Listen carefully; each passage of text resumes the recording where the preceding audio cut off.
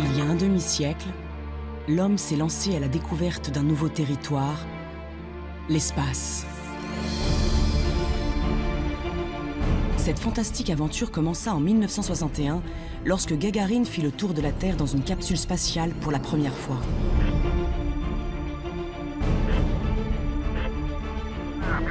Depuis, des centaines d'hommes et de femmes se sont envolés au-delà de notre atmosphère, le temps de quelques heures ou de plusieurs mois. Mais l'espèce humaine n'est pas faite pour vivre dans cet univers étranger et hostile. L'absence de gravité, les rayons cosmiques et le vide intersidéral mettent à chaque instant la vie des astronautes en danger. Se nourrir, se laver, effectuer une réparation. Les gestes les plus simples prennent là-haut une toute autre dimension.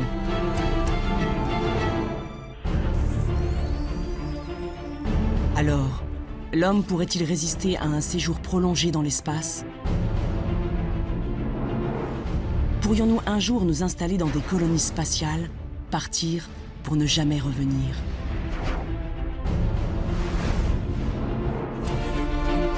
Dans le monde entier, chercheurs, médecins et astronautes préparent cet extraordinaire voyage.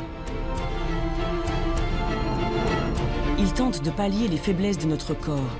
Ils créent des dispositifs inédits pour s'extraire de la gravité terrestre et inventent des vaisseaux où l'homme pourrait vivre en toute autonomie. Ensemble, ils s'apprêtent à changer le destin de l'humanité, à prolonger son existence loin d'ici, dans l'espace.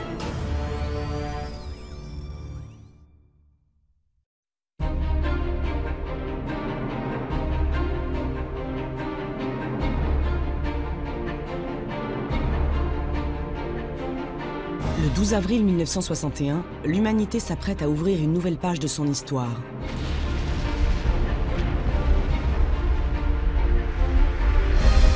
À 9h07 heure locale, un bruit assourdissant secoue le site de Baïkonour et un gigantesque nuage de fumée envahit la steppe kazakh.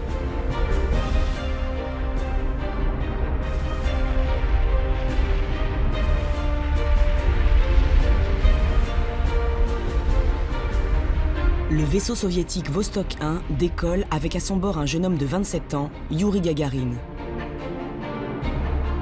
Gagarine restera 108 minutes en orbite à 300 km d'altitude avant de retourner sain et sauf sur Terre.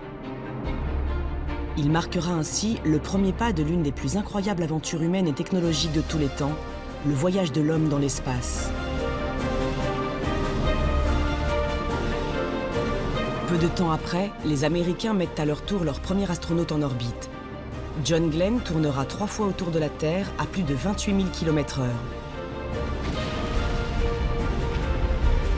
En plein cœur de la guerre froide, la course aux étoiles fait rage.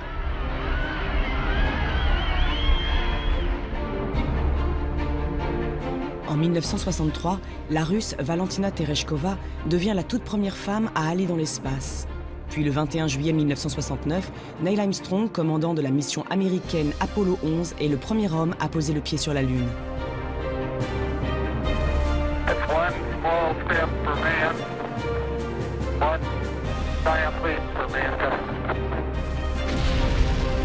Après Apollo 11, 5 autres missions américaines déposèrent en tout 10 hommes sur la Lune. Et au début des années 80, le premier laboratoire de l'espace est assemblé en orbite. La station Mir est un véritable mécano géant capable d'héberger des astronautes pendant plusieurs semaines. C'est ici, à l'intérieur des modules pressurisés, que furent menées pendant 15 ans les premières expériences de l'histoire en apesanteur. Aujourd'hui encore, des hommes et des femmes vivent et travaillent en orbite autour de la Terre. Mais le voyage ne fait que commencer.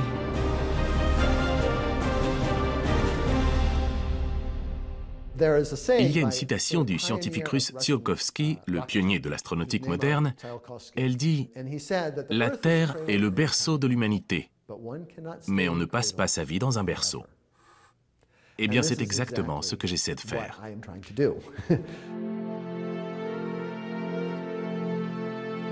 Al Globus est ingénieur à l'université de San José et membre de la prestigieuse National Space Society américaine. Depuis plus de 20 ans, Il étudie les technologies possibles pour que l'homme puisse un jour s'installer définitivement dans l'espace. Nous sommes nés ici, nous vivons ici, c'est notre maison, nous l'aimons, c'est la Terre. Une minuscule planète située à côté d'une étoile insignifiante, au cœur d'une galaxie insignifiante, dans un ensemble de galaxies insignifiants. À un détail près, ici, il y a de la vie. Cette vie, cette humanité, cette civilisation, nous devons lui faire quitter notre planète.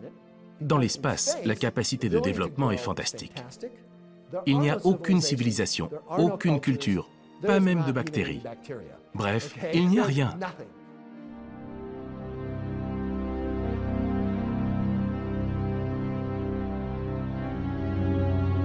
Mais comment l'homme peut-il accomplir ce rêve d'étoile?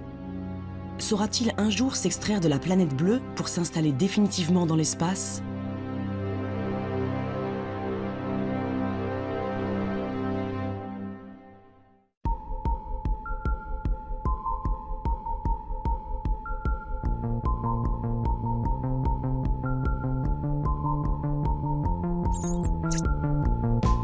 Pour le savoir, les scientifiques ont pris de la hauteur. À 400 km au-dessus de nos têtes, l'ISS, la Station spatiale internationale, est un maillon essentiel de la conquête spatiale.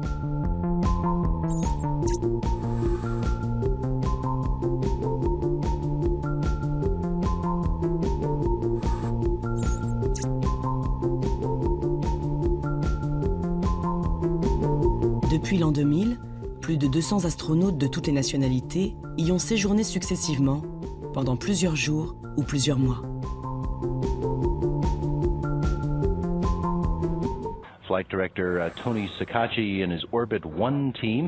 L'ISS est en contact permanent avec la Terre, et c'est ici, au Texas, que toutes les communications sont établies. Nous sommes au Johnson Space Center, l'un des plus prestigieux centres de la NASA, affecté aux missions spatiales habitées. Jim Broyan est ingénieur spécialiste des systèmes d'habitation. Sa mission est celle de ses collègues, améliorer le quotidien des astronautes et surtout veiller à leur sécurité. Il est essentiel que l'équipage en orbite et les contrôleurs au sol collaborent étroitement, car cela permet de gagner du temps. Nous pouvons contrôler tous les systèmes, nous pouvons les allumer et les éteindre depuis la salle de contrôle ici au sol. Et cela évite par exemple à l'équipe de se déplacer dans toute la station pour activer ou désactiver une machine. Et s'il y a le moindre problème en orbite, une équipe au sol est prête à partir pour réparer l'appareil.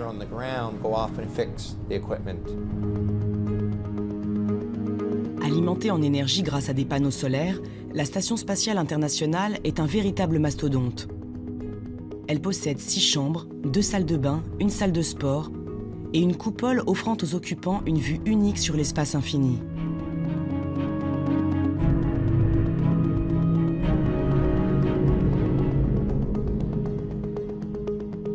Cette résidence en orbite possède aussi un ingénieux système de recyclage de l'eau. Car à 400 km d'altitude, chaque goutte compte. Envoyer un seul litre d'eau depuis la Terre coûte en effet près de 20 000 €. Nous avons beaucoup d'équipements à bord pour mimer les systèmes naturels dont nous profitons sur Terre. Par exemple, nous avons un système qui capte les eaux usées et la condensation venant des filtres et des climatiseurs. Cette eau est ensuite traitée, puis recyclée en eau potable pour l'équipage. En fait, la station spatiale reproduit en quelque sorte un écosystème terrestre, sauf que nous utilisons des machines pour y parvenir.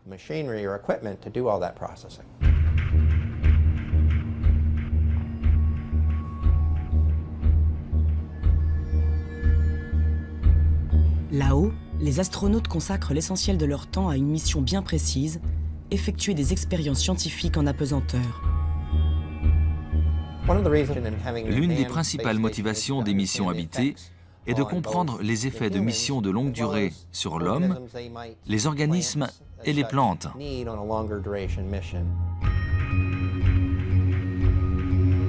Libérés de la gravité terrestre, les matériaux, les liquides, les plantes offrent des comportements inédits.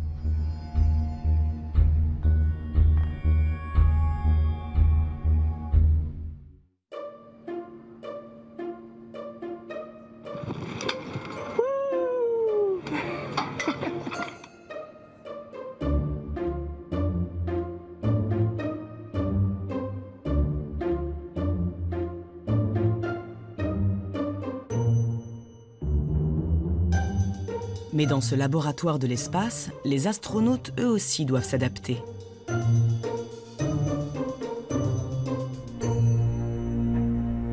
Il y a des repères à trouver. Il faut se reconstruire un petit peu un environnement dans lequel on se sent à l'aise. Et c'est vrai que c'est un petit peu perturbant au départ d'avoir à se déplacer dans les 3 dimensions. Et je voulais remercier tous les enfants de Sablé. Claudie Aigneret est médecin et astronaute. C'est la seule femme européenne à être allée sur la Station spatiale internationale. Son dernier vol date de 2001. Mais ses souvenirs, eux, restent gravés dans sa mémoire. Vous imaginez, vous lancez une balle sur Terre. Vous savez qu'elle va retomber, puisqu'il y a la gravité qui la fait retomber. Donc vous adaptez votre geste pour qu'elle arrive là où vous destinez à la lancer. Et bien évidemment, ça ne se passe pas comme ça dans microgravité.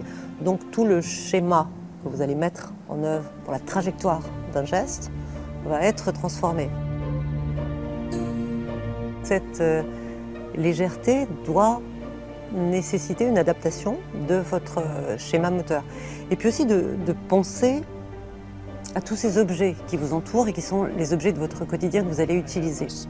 Bien évidemment, vous n'allez pas poser votre carnet de bord sur une table, parce que le carnet ne va pas rester sur la table. Vous devez toujours tout fixer, parce que sinon, les objets au fil de la ventilation qui existe dans la station vont se retrouver à l'autre bout d'un module. Et même la nuit, quand vous vous enfilez dans votre sac de couchage, fixez-le au mur, sinon vous allez vous réveiller dans la chambre d'un autre.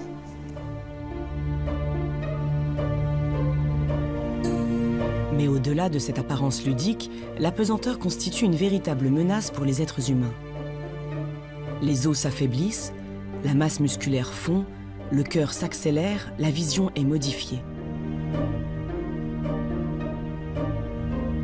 L'homme serait-il donc incapable de vivre en apesanteur? Quel serait l'impact sur notre organisme d'un voyage prolongé dans l'espace? Dans le sud de la France, une clinique un peu spéciale étudie en détail la physiologie des astronautes. Nous sommes à Toulouse, au sein de l'Institut de médecine et physiologie spatiale.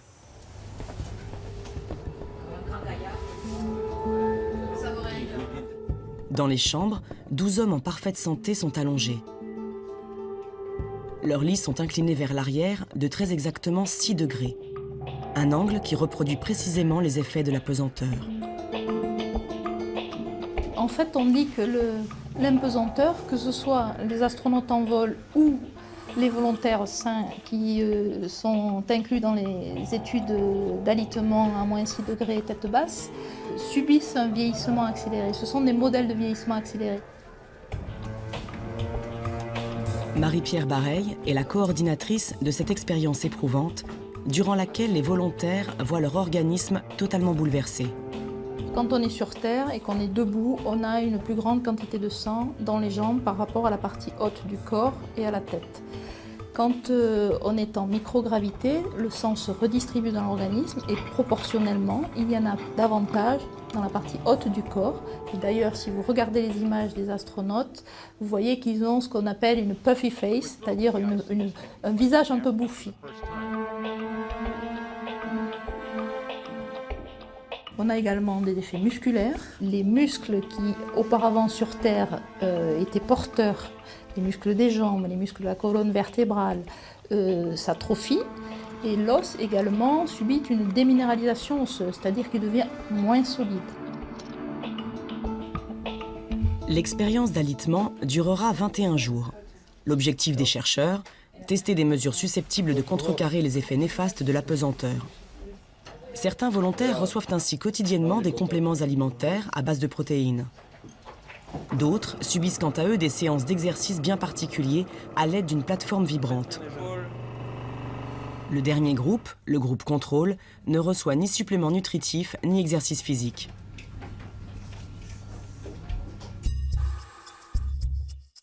Après 3 semaines la tête en bas, les cobayes se relèvent enfin.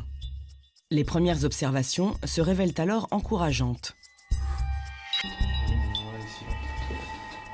Bruno appartient au groupe contrôle et ses retrouvailles avec la gravité sont pour le moins difficiles.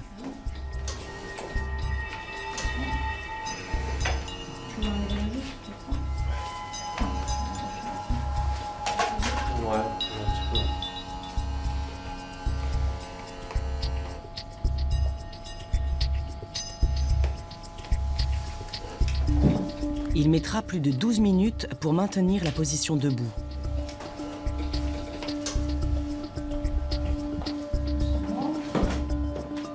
Patrick, en revanche, a utilisé quotidiennement la plateforme vibrante et a reçu des rations protéinées.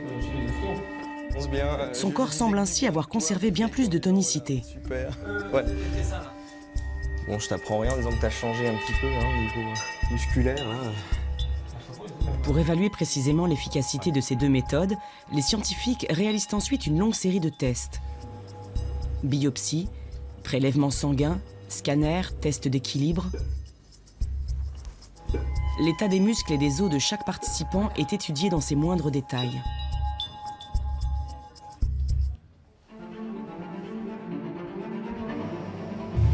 Il reste encore de longs mois de travail aux spécialistes pour analyser les résultats. En contact un peu avec la famille. Si ces derniers sont positifs, l'expérience sera alors reconduite en conditions réelles dans la Station spatiale internationale. Les astronautes au sein de la Station spatiale internationale font de l'exercice, par exemple. Donc ces mesures sont suffisamment efficaces pour des vols de relativement courte durée, mais pour des vols de longue durée, on sait qu'elles ne seront pas suffisamment efficaces.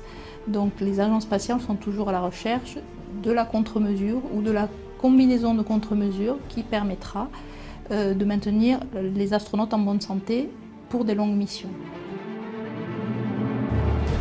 Pour l'heure, personne ne sait combien de temps le corps humain peut supporter les conditions d'apesanteur. Mais dans l'espace, un danger encore plus grand menace la vie des astronautes. Il s'agit du rayonnement cosmique. Ce flux de particules circulant dans le vide intersidéral est capable de pénétrer au cœur même des cellules et de détruire notre ADN. Sur Terre, le champ magnétique de notre planète nous protège de ces rayons nocifs. Mais lors d'un séjour d'à peine 6 mois à bord de l'ISS, le corps des astronautes reçoit une dose équivalente à plus de 600 radios des poumons. Alors, avant d'organiser un voyage de plus longue durée, un voyage plus loin de la Terre et de son environnement protecteur, les scientifiques du monde entier tentent de trouver le moyen de protéger les hommes.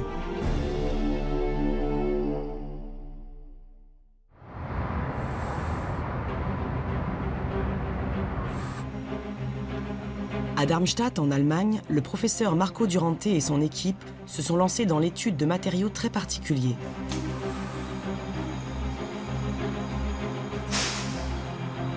Du sable strictement identique à celui qui existe sur la Lune et sur Mars. Et si ces répliques de sable martien et lunaire l'intéressent au plus haut point, c'est parce qu'ils considèrent qu'un jour, l'homme pourra les utiliser pour coloniser l'espace. Si vous vous rendez sur la Lune ou sur Mars, vous trouverez ces matériaux partout. Et vous pourrez donc les utiliser pour construire des maisons. La question à laquelle nous essayons de répondre, c'est: est-ce que des abris fabriqués avec de tels matériaux nous permettraient de vivre en sécurité? C'est vraiment la grande question.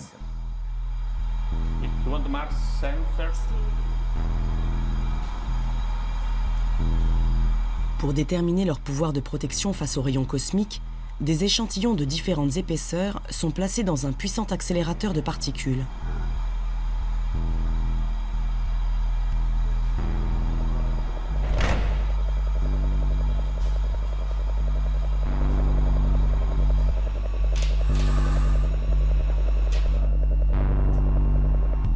This is fine, but the problem is that I think it's going to slow.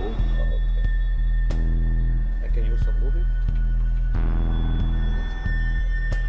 Un rayonnement puissant vient frapper les blocs de sable à très grande vitesse.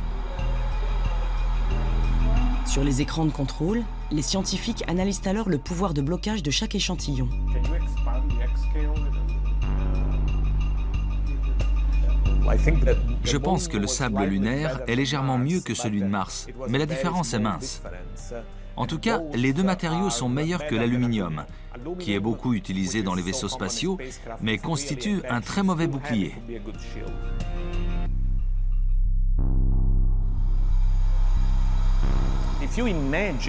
Imaginez dans 50 ans, dans un siècle, des colonies d'êtres humains partant s'installer sur la Lune.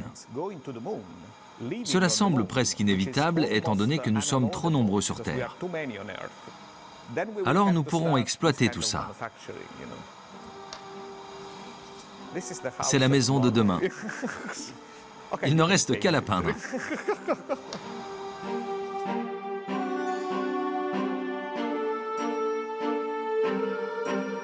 Mais bâtir des maisons sur la Lune et sur Mars ne représente pour l'heure qu'un scénario de science-fiction.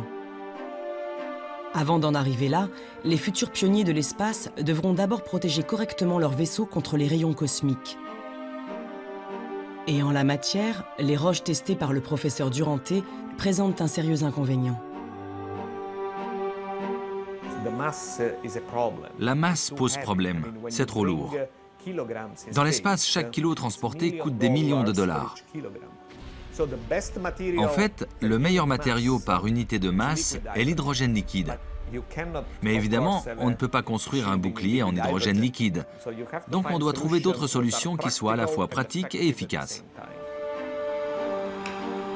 Pour l'heure, aucun des nombreux matériaux testés ne s'est montré à la fois léger et parfaitement protecteur. En attendant de trouver mieux, les scientifiques utilisent donc de l'aluminium et du polyéthylène, un type de plastique pour bloquer une partie des rayons. À l'intérieur des navettes spatiales et de la station internationale, les dégâts sur l'organisme des astronautes sont ainsi limités au maximum. Mais nul ne sait si ces blindages seraient suffisants pour un séjour beaucoup plus long dans le vide spatial.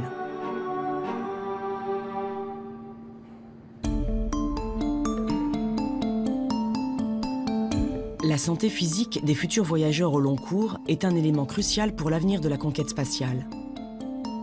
Mais un autre paramètre fait lui aussi l'objet de toutes les attentions. Le mental des astronautes. Espace confiné, nourriture rationnée, tâches répétitives et monotones. Là-haut, les conditions de vie sont parfois difficiles et la psychologie de l'équipage est mise à rude épreuve. Les équipages qui fonctionnent très bien, ce sont des équipages où il y a un très bon esprit d'équipe et que tout le monde se partage les tâches et tout le monde aide l'un et l'autre. Franck Devine a effectué 2 séjours à bord de la Station spatiale internationale. En 2002, le premier d'entre eux dura seulement 12 jours. Mais 7 ans plus tard, il fut nommé commandant de l'ISS et s'envola dans l'espace pour une durée de 6 mois. Si on vit avec 6 personnes dans un huis clos pendant 6 mois, il y a toujours des tensions d'un côté ou d'un autre. Ils vont arriver, mais il faut les gérer et ça c'est aussi la tâche du commandant de bord.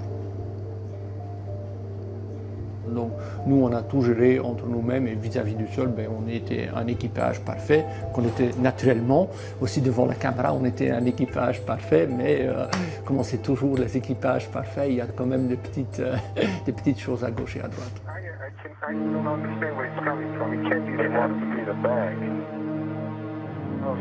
Dans ces lieux étroits, rien n'est anodin. Le moindre petit problème, la moindre tension peut dégénérer rapidement. Pour limiter les risques au maximum, les astronautes sont donc soigneusement sélectionnés, non seulement pour leurs compétences techniques, mais aussi pour leur capacité à travailler dans des situations d'urgence. Je sens plein d'eau à l'arrière de ma tête, mais je crois pas que ça vienne d'une fuite. J'ai du mal à dire ce que c'est, mais ça ressemble à de l'eau. Ah oui. Je la vois sortir. Nous recherchons des personnalités adaptées.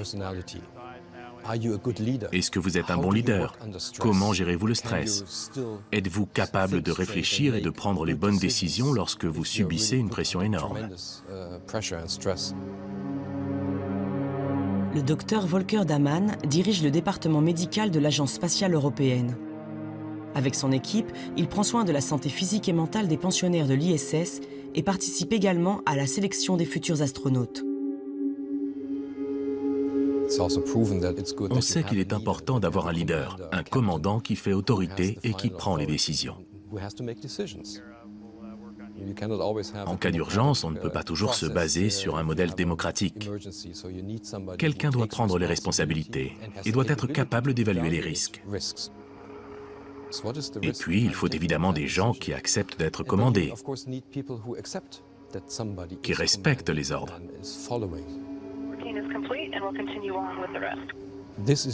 C'est ce genre d'équilibre que nous recherchons pendant les sélections et les entraînements. Est-ce que cet équipage va bien ensemble? Une fois affectés à leur poste, les astronautes travaillent en équipe pendant 2 ans, presque tous les jours. Ils voyagent partout dans le monde et ils apprennent à gérer les problèmes tous ensemble.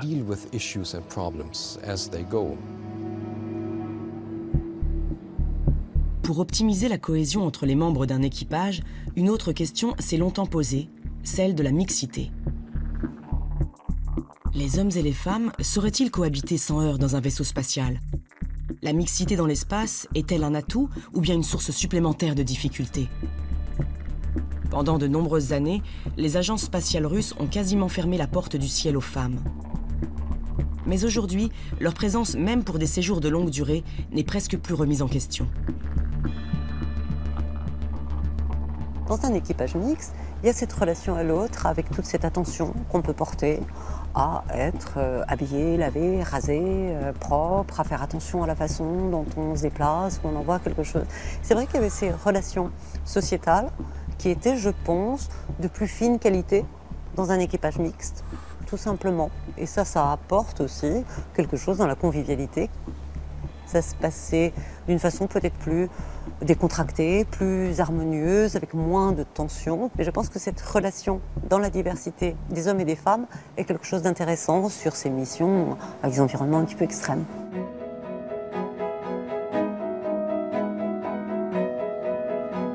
Des hommes et des femmes compétents, travailleurs et au caractère parfaitement adapté à la vie en communauté. Voilà donc à quoi ressemble l'équipage idéal.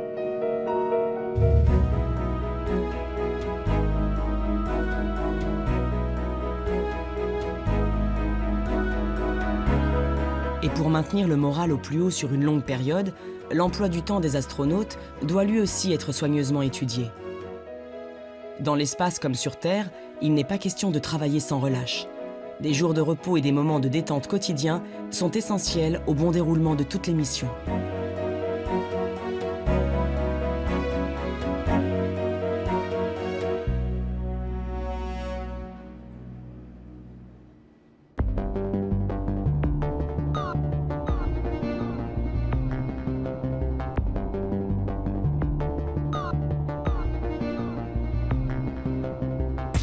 Ces images d'astronautes en apesanteur ont sans nul doute contribué à l'engouement du public pour l'espace.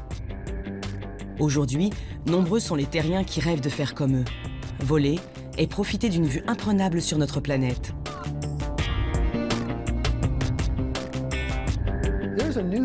Quelque chose a changé dans le monde d'aujourd'hui. Il y a 10 ou 20 ans, Denis Tito a offert 20 millions de dollars aux Russes et ils l'ont emmené à bord de la Station spatiale internationale. Pas pour y faire des expériences, pas parce qu'il était astronaute, mais simplement parce qu'il avait payé pour ça.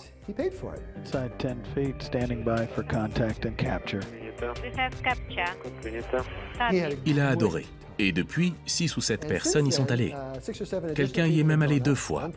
Ce sont les premiers touristes de l'espace. Pour l'heure, seuls les plus riches d'entre nous peuvent s'offrir quelques jours en apesanteur à bord de l'ISS. D'autres s'offrent quelques minutes de sensations fortes à bord de l'A300G du Centre national d'études spatiales. Pour 6 000 €, ils jouent les apprentis astronautes, tandis que l'appareil effectue des paraboles dans le ciel du sud de la France.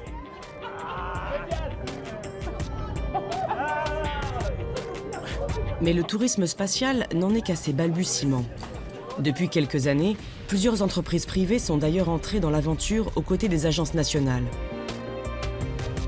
Leur objectif, démocratiser l'accès à l'espace et même le transformer en lieu de villégiature.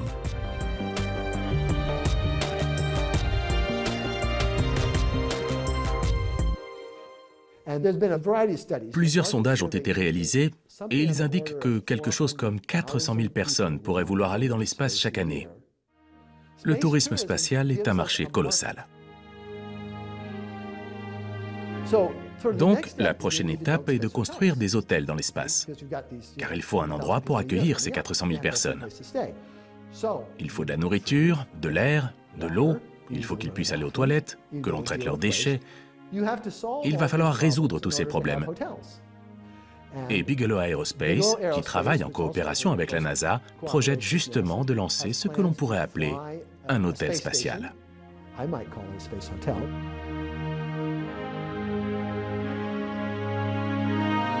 Ce projet de la société Bigelow Aerospace et de la NASA a été baptisé BEAM. Son principe, accrocher un module gonflable de 4 mètres sur 3 à la Station spatiale internationale. Il permettra alors d'élargir l'espace vital de la station et surtout de tester la faisabilité d'un autre projet encore plus fou, la création d'un véritable hôtel gonflable en orbite autour de la Terre.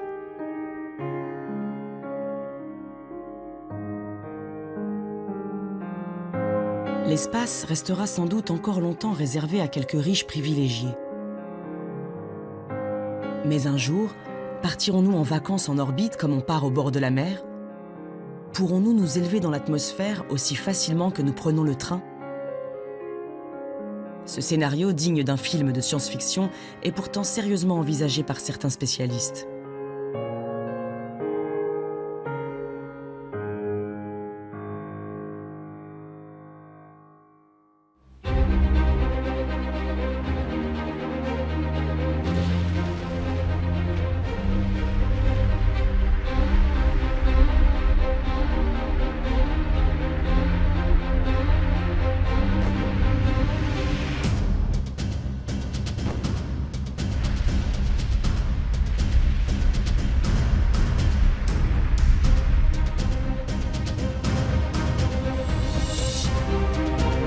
Mais tandis que certains rêvent d'une vue imprenable sur la planète bleue, d'autres envisagent d'aller encore plus loin.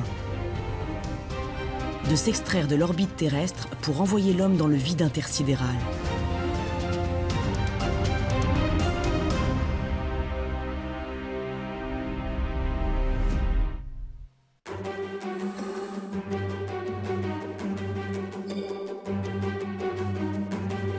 Dans les locaux de la NASA, un nouveau vaisseau spatial est en cours de fabrication. Son nom, Orion. Sa mission, envoyer l'homme sur la Lune et même peut-être au-delà jusqu'à la planète Mars ou vers les confins de notre système solaire. La station spatiale est un immense laboratoire. Mais en matière d'exploration, nous voulons aller bien au-delà. Nous voulons aller jusqu'à la Lune et plus loin dans le système solaire. Et pour ça, il nous faut un vaisseau qui fasse des choses différentes et nous permette de voyager sur de longues distances.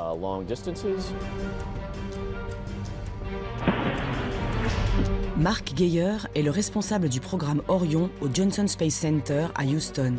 Depuis 2007, il veille sans relâche au bon déroulement de la construction de cet engin inédit. Orion fait 5 mètres de diamètre. Il peut transporter jusqu'à 6 personnes pour ce type de mission d'exploration. Il est assez grand pour stocker le ravitaillement de l'équipage pendant 21 jours. Il y a de l'eau, de la nourriture, de l'air et toutes les choses dont on peut avoir besoin. Des toilettes, des équipements sportifs. Et il comporte aussi de nombreux systèmes de sécurité. Si par exemple l'équipage devait faire face à une fuite, il suffit d'enfiler les combinaisons. Même en dépressurisant l'ensemble de la cabine, il serait protégé.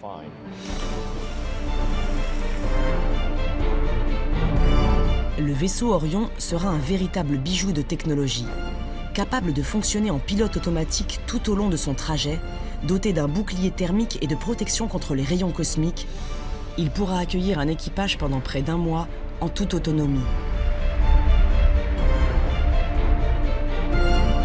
Son premier vol d'essai non habité est programmé en 2014. Il emmènera des hommes contourner la Lune en 2020.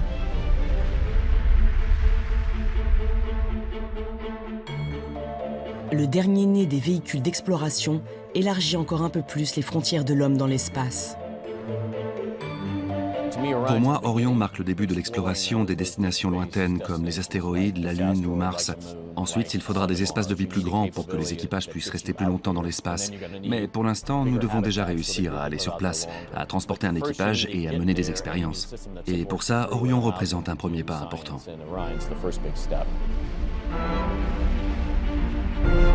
Mais quelle que soit sa destination dans le système solaire, Orion est conçu pour ramener les astronautes sur Terre à la fin du voyage.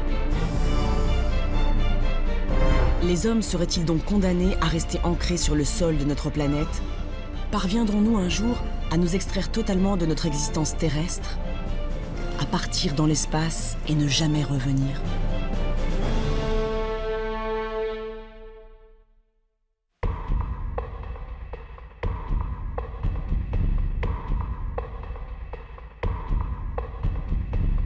À bord de la station internationale, il existe des systèmes de recyclage de l'eau.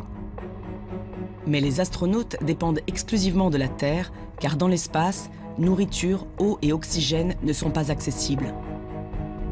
Mais si les hommes s'envolaient pour une mission lointaine et de longue durée, comment feraient-ils? Pour un voyage de 100 jours avec un équipage de 6 personnes, il faudrait emporter plus de 3 tonnes de nourriture et d'eau. Une quantité phénoménale qu'aucun vaisseau spatial n'est aujourd'hui capable d'embarquer.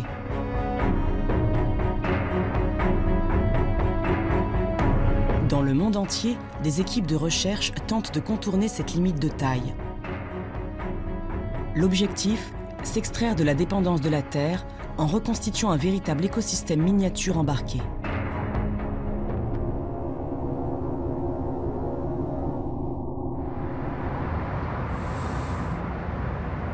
En Espagne, à Barcelone, une équipe de chercheurs travaille sur une expérience inédite. Son nom, Melissa.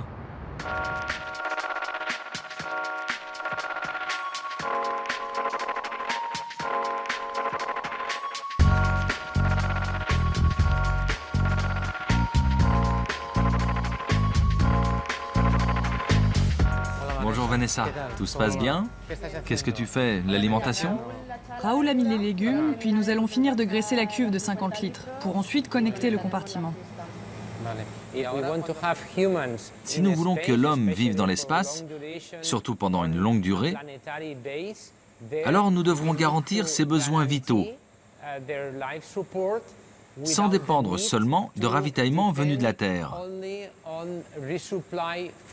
C'est ce que nous appelons le concept Melissa.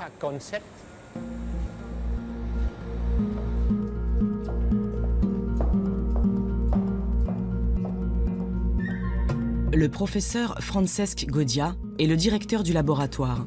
Cela fait plus de 10 ans qu'il tente de créer ce que l'on pourrait appeler une mini-Terre artificielle.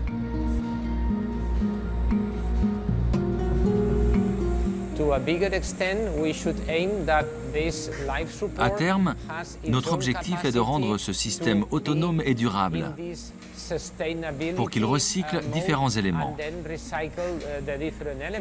C'est en fait ce que l'on observe au sein des écosystèmes terrestres.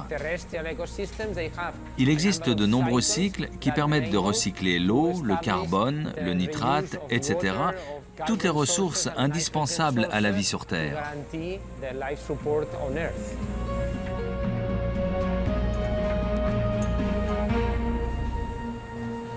Ce support de vie, comme l'appellent les scientifiques, se présente ainsi. Une série de cuves hermétiquement closes sont reliées entre elles par des canalisations.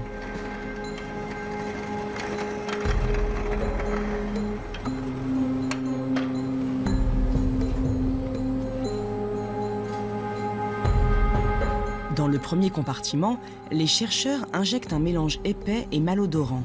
Il s'agit de déchets alimentaires, d'urine et d'excréments humains.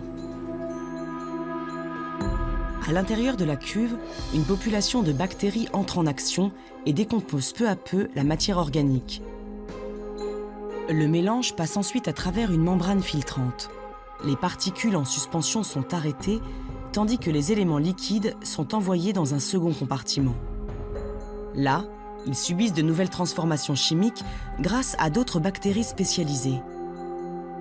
Les déchets sont ainsi progressivement transformés en nitrates et en sels minéraux, des molécules qui constituent les nutriments de base de tous les végétaux. Le processus de recyclage s'achève dans un dernier compartiment appelé bioréacteur. À l'intérieur, des microalgues qui assimilent toutes ces molécules nutritives.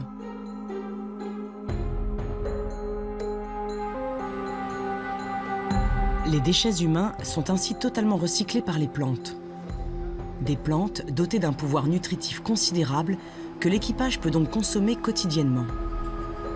Mieux encore, en transpirant, elles apportent également de l'eau potable aux astronautes. Et grâce à la photosynthèse, elles transforment en oxygène l'ensemble du dioxyde de carbone généré par la respiration de l'équipage.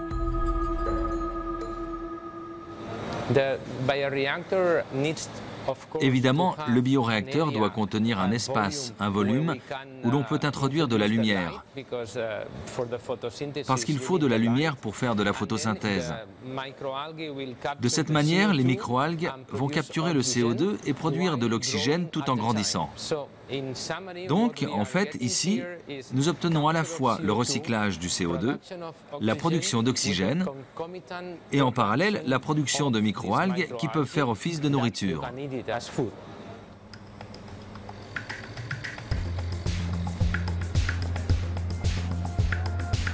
Le système Melissa constitue ainsi un circuit clos et parfaitement autonome. Les astronautes peuvent respirer, boire et s'alimenter, et les déchets qu'ils produisent sont recyclés en oxygène et en nourriture à l'infini.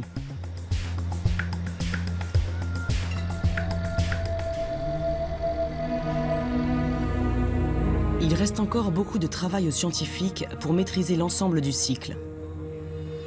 Nature des déchets introduits, nombre et espèces de bactéries, vitesse de croissance des algues, température. Chaque paramètre doit être parfaitement contrôlé, car le moindre défaut de fonctionnement risquerait de priver les hommes de nourriture ou d'oxygène. Pire, une contamination par des micro-organismes indésirables pourrait empoisonner un équipage tout entier. D'ici quelques années, le système Melissa sera testé en conditions réelles à bord de l'ISS. Et si les résultats sont concluants, les hommes pourront alors voyager dans l'espace sans jamais avoir à se ravitailler sur Terre.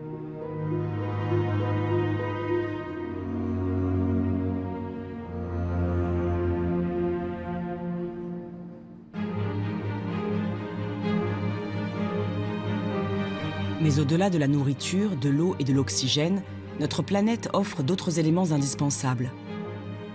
Du carburant pour propulser les vaisseaux et des matériaux de toutes sortes pour réparer les objets du quotidien ou bâtir des modules habitables.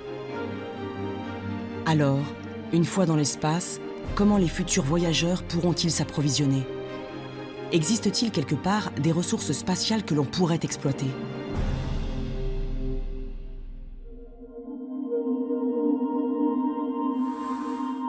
What will tomorrow look like? Our world is at its limits, and yet we all want more. And why not? Why shouldn't the future be better than today? But where will it come from? Simple.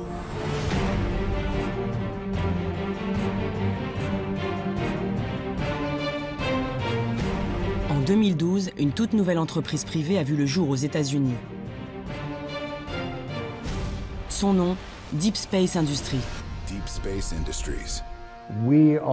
Nous sommes une entreprise spécialisée dans les ressources spatiales.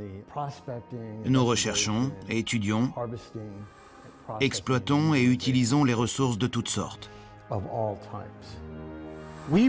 Nous pensons que ce minuscule rocher tout au bord de notre galaxie n'est que le point de départ. Rick Tumlinson est l'un des fondateurs de cette entreprise d'exploitation d'un nouveau genre qui imagine l'espace comme une vaste mine à ciel ouvert.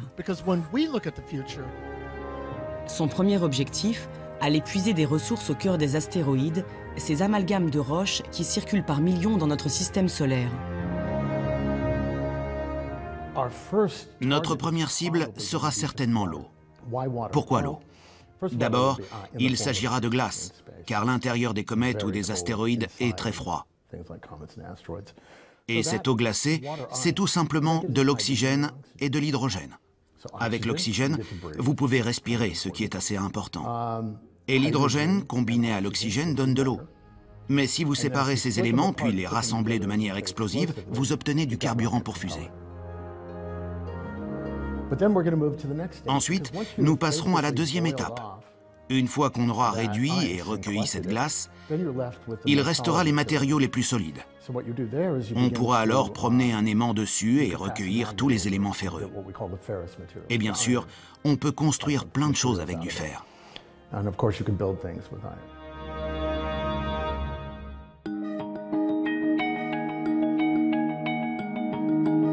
Du carburant, de l'eau, du fer et même d'autres métaux comme le nickel, l'or ou le platine.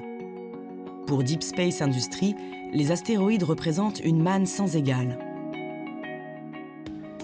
D'ici 2015, Rick Tumlinson et ses collègues prévoient d'envoyer un premier vaisseau explorer les astéroïdes les plus proches de la Terre.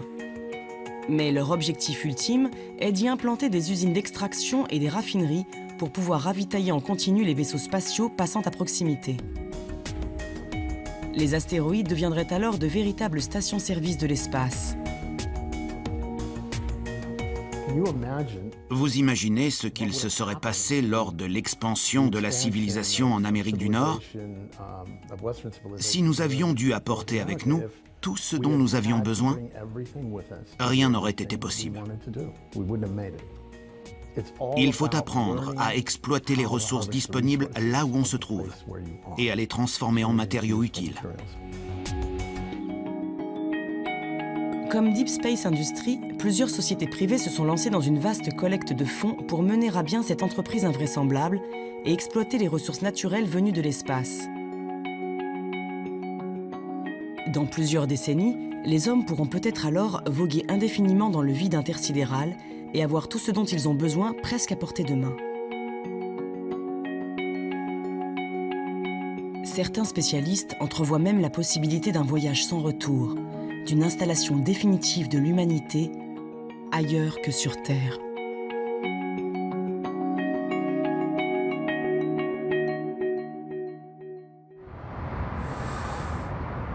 Depuis près de 20 ans, la NASA et la National Space Society organisent un concours un peu particulier. Un concours de colonie spatiale.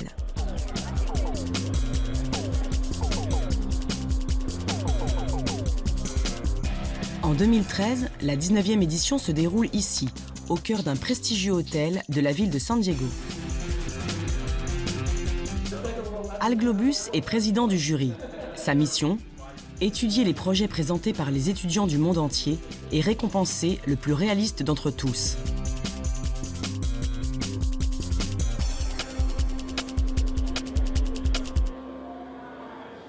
Une colonie spatiale est un endroit dans l'espace où nous pourrons vivre et élever nos enfants. Il s'agit de grandes structures d'au moins une centaine de mètres, mais j'espère que dans le futur, elles feront plusieurs kilomètres. Ce sont en quelque sorte de petites villes, ou même des grandes, de plus d'1 million d'habitants. Et l'idée est qu'elles soient vraiment agréables.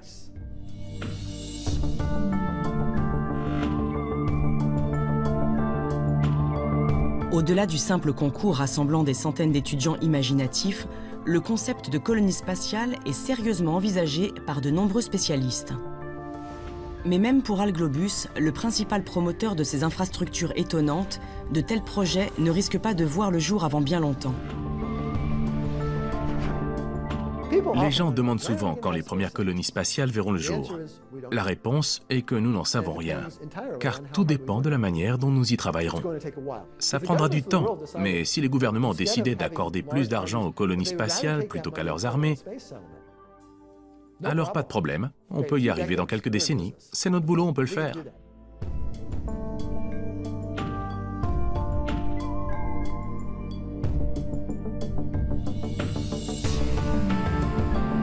Les colonies spatiales sont pour l'heure plus un rêve qu'une réalité. Mais malgré les défis colossaux qui restent à relever, les spécialistes sont unanimes. L'homme ira un jour explorer l'univers et vivra de plus en plus loin, très loin de la Terre.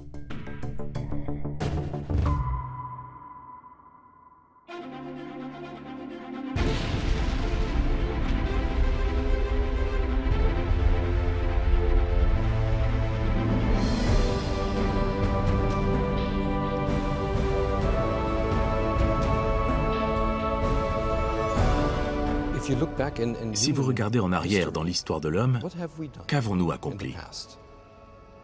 Je pense qu'il est naturel que nous cherchions à aller plus loin que notre petite planète, que nous essayions de la quitter, d'explorer l'univers. Pourquoi des gens escaladent-ils l'Everest? Ou plongent-ils sans oxygène? C'est un défi, et l'humanité va le relever.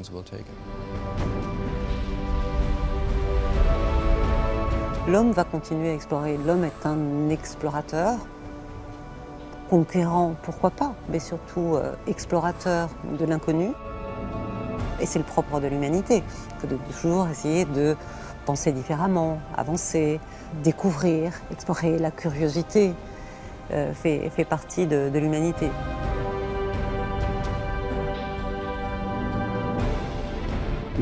Nous avons besoin d'endroits où l'homme peut essayer de nouvelles choses. Et c'est ce que représente vraiment l'espace. Il n'existe plus de lieu sur Terre où l'on pourrait lancer une nouvelle civilisation, qui ne soit déjà la propriété de quelqu'un ou placée sous une autre juridiction, ou encore dont l'appropriation ne menacerait pas l'existence d'une population. Il n'y a que l'espace. Poussée par une soif insatiable de connaissances et de découvertes, l'humanité s'apprêterait donc à élargir les frontières de son existence. Un jour, l'homme pourrait alors devenir une toute nouvelle espèce.